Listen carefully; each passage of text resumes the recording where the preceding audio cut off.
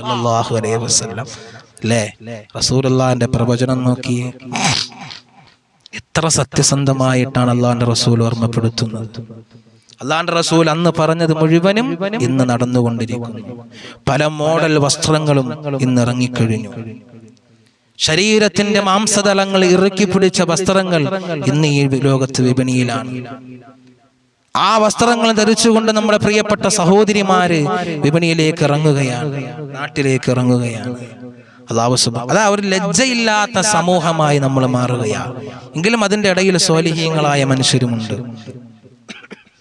ഒരു ലജ്ജയില്ലാത്ത സമൂഹമായി നമ്മൾ മാറിക്കൊണ്ടിരിക്കുകയാണ്. ഒരു ഹയാ ഇല്ലാത്ത സമൂഹമായി ഞാനും നിങ്ങളും മാറിക്കൊണ്ടിരിക്കുകയാ.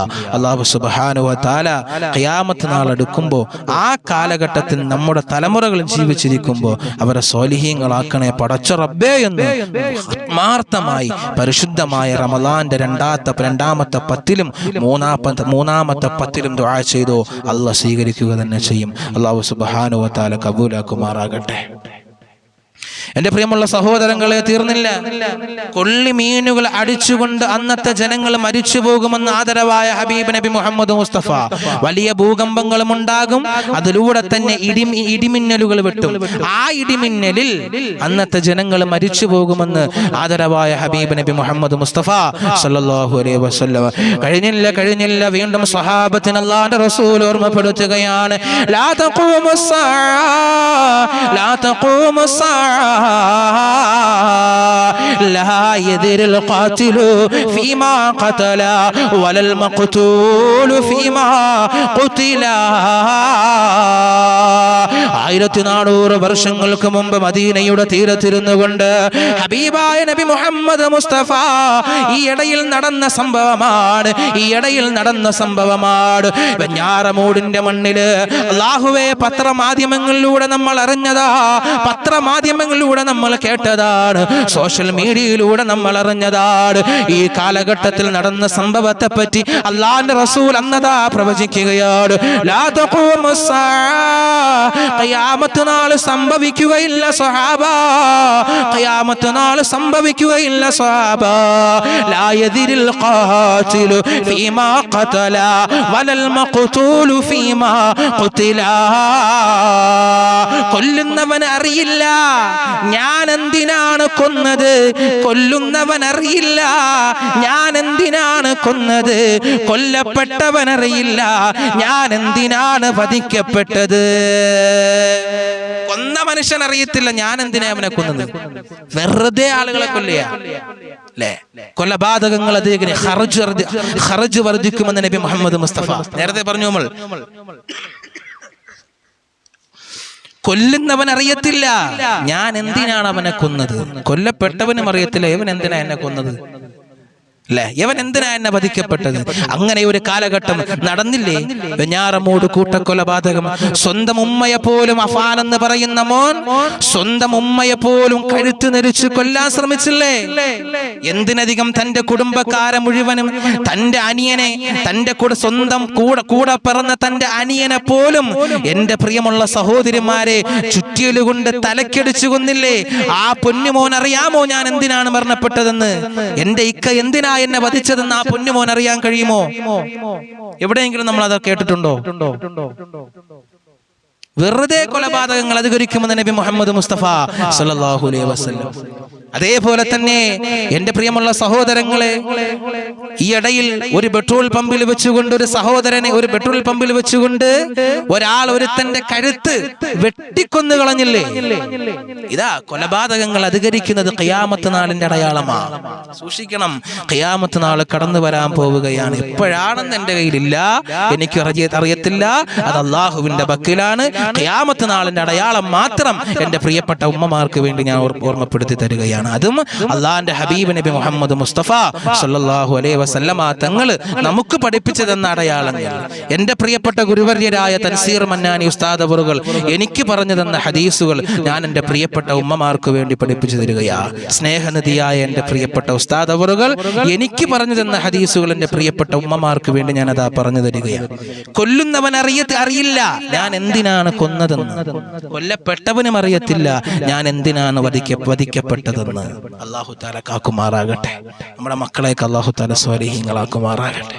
അതുകൊണ്ട് മഗ്രിബ് കഴിയുമ്പോ പഴയ കാലഘട്ടത്തിലോട്ട് പോകണം നമ്മൾ, അല്ലേ? ഇന്ന് കൊടുക്കണ്ടെന്നല്ല ഞാനും ഉപയോഗിക്കുന്നത്, ആ ഫോൺ ഇല്ലെന്നല്ല ഞാനും ഉപയോഗിക്കുന്നതാണ്. പക്ഷേ നമ്മുടെ മക്കളെ കയ്യിൽ ഫോൺ അധികം കൊടുക്കാൻ പാടില്ല.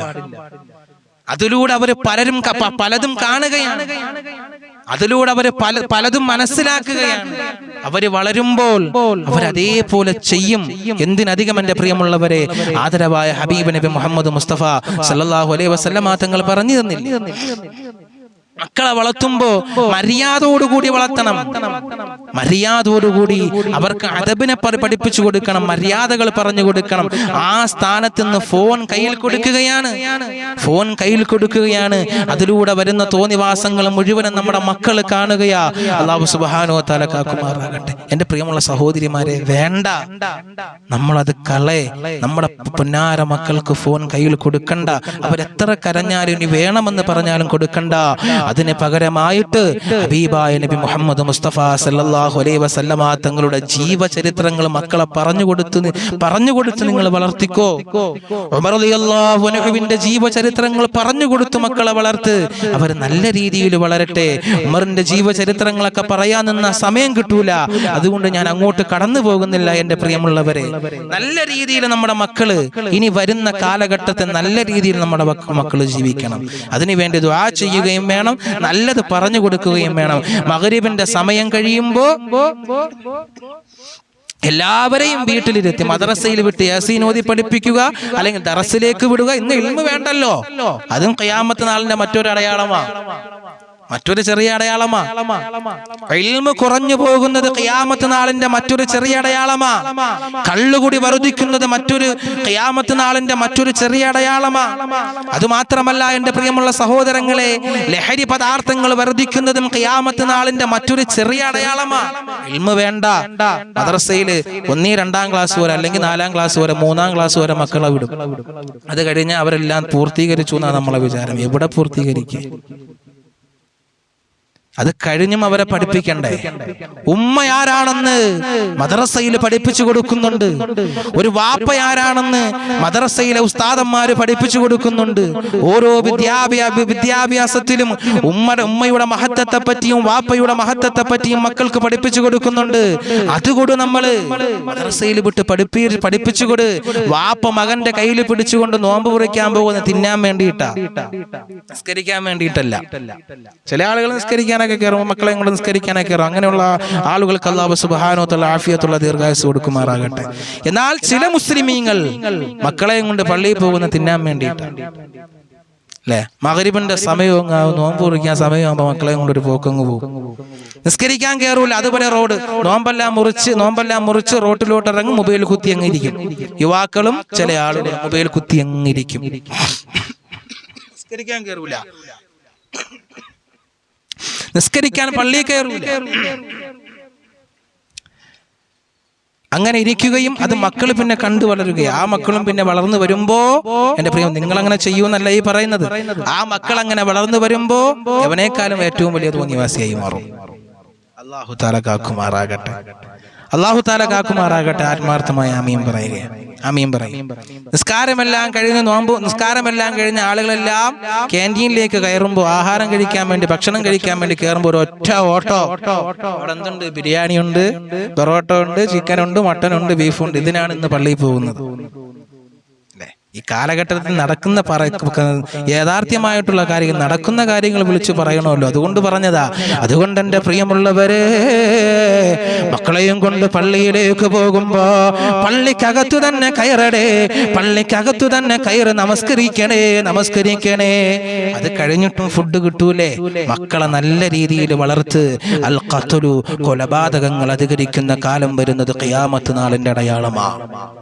ഖർജ് വർദ്ധിക്കുന്ന കാലഘട്ടം വരുന്നത് ഖിയാമത്ത് നാളിന്റെ അടയാളമാണ് എന്ന് ആദരവായ ഹബീബ് നബി മുഹമ്മദ് മുസ്തഫ സല്ലല്ലാഹു അലൈഹി വസല്ലം തങ്ങൾ നമ്മളോട് പഠിപ്പിച്ചു തരികയാണ്.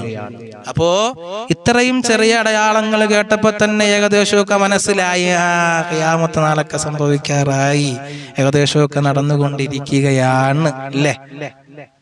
എത്രയോ ഉസ്താദന്മാരെ നമുക്ക് പഠിപ്പിച്ചിരുന്നു, എത്രയോ ഉസ്താദന്മാര് അല്ലെ, എത്രയോ വാളന്മാർ, എത്രയോ ഉസ്താദന്മാർ നമുക്ക് നമ്മുടെ ഈ സദസ്സിന്റെ നേതൃത്വം വഹിക്കുന്ന ഷഫീഖ് ബദരി ഉസ്താദ് അവറുകൾ ഇൽമുകൾ പറഞ്ഞു തരുന്നില്ലേ. ഉസ്താദിന്റെ ഇൽമ കേൾക്കുകയും അത് കേട്ട് അനുസരിച്ച് നമ്മൾ ജീവിക്കുകയും ചെയ്യണം. എന്തിനധികം എൻ്റെ പ്രിയപ്പെട്ട ഗുരുവര്യരായ തൻസീർ മന്നാനി ഉസ്താദ് അവറുകൾ ദീനുകൾ പറഞ്ഞു കൊടുക്കുന്നു. ലോകത്തുള്ള എല്ലാ ആലിമീങ്ങളും ദീനുകൾ പറഞ്ഞു കൊടുക്കുകയാണ്. ആ പറഞ്ഞു തരുന്ന ദീനുകൾ അത് കേട്ടു പഠിച്ച് അതനുസരിച്ച് ജീവിക്കണം. ഇനിയുള്ള കാലഘട്ടത്തിൽ നമ്മളെ മക്കൾ നമ്മളെ കണ്ടാണ് വളരേണ്ടത്. നമ്മുടെ മക്കൾ നമ്മളെ കണ്ടാ വളരേണ്ടത്. നമ്മൾ നമസ്കരിക്കുമ്പോൾ നമ്മുടെ മക്കളൊന്നും ചെയ്തില്ല എങ്കിലും ഒരല്പം അതിൻ്റെ ഒരു അടുത്ത് അവരെങ്കിലും ഒന്ന് പിടിച്ചിരുത്താനുള്ള ഒരു മനസ്സുണ്ടാവണം. അത് കണ്ടവർ പഠിക്കട്ടെ. അല്ലാഹു സുബ്ഹാനഹു വ തആല കാര്യങ്ങൾ മനസ്സിലാക്കാൻ നമുക്ക് ഏവർക്കും തൗഫീഖ് നൽകുമാറാകട്ടെ. തീർന്നില്ല. ഖിയാമത്ത് നാളിന്റെ മറ്റൊരു അടയാളത്തെ പറ്റി ഹബീബായ നബി മുഹമ്മദ് മുസ്തഫ സല്ലല്ലാഹു അലൈഹി വസല്ലമ തങ്ങള് 1400 വർഷങ്ങൾക്ക് മുമ്പതാ സ്വഹാബത്തിനെ പഠിപ്പിച്ചു കൊടുക്കുകയാണ്. സഹാബാക്കൾ ചോദിക്കുകയാണ്, പറഞ്ഞു തരാമോ നബിയേ? വീണ്ടും അതാ ഖിയാമത്ത് നാളിനെ പറ്റി അങ്ങൊന്ന് പഠിപ്പിച്ചു തരണേ നബിയേ. അല്ലാഹുവിന്റെ റസൂൽ ഓർമ്മപ്പെടുത്തുകയാ, ഖിയാമത്ത് നാൾ കടന്നു വരുമ്പോ സഹാബാ ഭൂമികൾ വിറയ്ക്കപ്പെടുന്ന കാലം വരും. സഹാബാ ഭൂമികൾ കിടുകിടാ വിറയ്ക്കുന്ന കാലഘട്ടം കടന്നു വരും. സഹാബാ അതിലൂടെ ഭൂമികളതാ ധൂളിയായി മാറുന്ന കാലഘട്ടം കടന്നു വന്നാൽ തുർക്കിയിൽ നടന്നില്ലേ പെങ്ങളെ, തുർക്കിയിൽ നടന്നില്ലേ പെങ്ങളെ. കത്രീന കാറ്റുകൾ പോലെയുള്ള വലിയ ഭൂകമ്പങ്ങൾ നിറയപ്പെട്ട, വലിയ അപകടങ്ങൾ നിറയപ്പെട്ട കാറ്റുകൾ കടന്നു വരുന്നത് അത് ഖിയാമത്ത് നാളിന്റെ ചെറിയ അടയാളമാണെന്ന് ഷഫീഉനാ റസൂലുള്ളാഹി സ്വല്ലല്ലാഹു അലൈഹി വസല്ലമ തങ്ങൾ സ്വഹാബത്തിനെ പഠിപ്പിച്ചു കൊടുക്കുകയാണ്. എന്ത് കാറ്റ്? പേരറിയാൻ കഴിയാത്ത കാറ്റുകളാ, പേരറിയാൻ കഴിയാത്ത രോഗങ്ങൾ വരെ നമ്മുടെ ഈ സുന്ദരമായ നാട്ടിൽ വന്നില്ലേ. അത് ബാധിച്ച് എത്രയോ പേര് മരണപ്പെട്ടു പോയി. അതാ ആ കാലഘട്ടത്തിൽ ജീവിക്കുന്ന മനുഷ്യരതാ മറ്റൊരു ഹദീസ് നോക്കിയാൽ കാണാ, ആ കാലഘട്ടത്തിൽ ജീവിക്കുന്ന മനുഷ്യരതാ ഖബറിന്റെ തീരത്തിലൂടെ നടന്നു പോകുമ്പോ, ഖബറിന്റെ അരികത്തിലൂടെ നടന്നു പോകുമ്പോ ആ ഖബറിൽ കിടക്കുന്ന മനുഷ്യരെ കണ്ടിട്ടതാ ഇവരതാ വിളിച്ചു പറയുകയാണ്, നിങ്ങൾ എന്ത് ഭാഗ്യവതികളാണ്. ഈ കാലഘട്ടം കാണാതെ തന്നെ നിങ്ങൾ മരിച്ചു പോയില്ലേ, ഞാനും മരിക്കാൻ മോഹിക്കുകയാണ്. അല്ലാഹു